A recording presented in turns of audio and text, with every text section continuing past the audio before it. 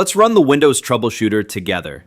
First, right-click on the Start button at the bottom left corner of your screen. Now click on Settings from the menu.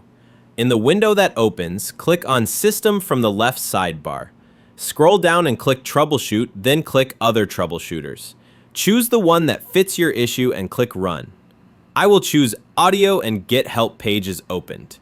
Follow the instructions to resolve the issue.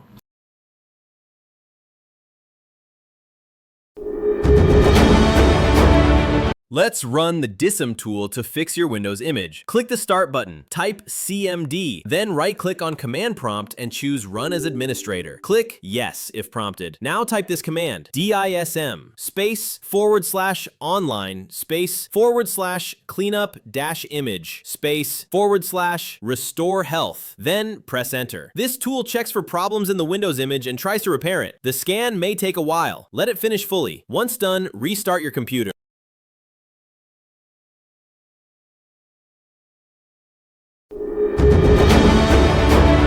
Click the Start button and type Device Manager in the search bar.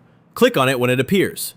Now look through the list. If it's an audio issue, expand Sound, Video, and Game Controllers. For graphics, expand Display Adapters.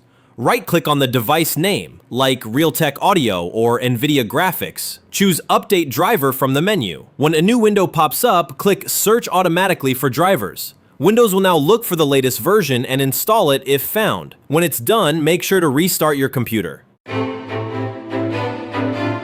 To restart your computer, click the Start button at the bottom left corner. Then, click the power icon. Now, select Restart.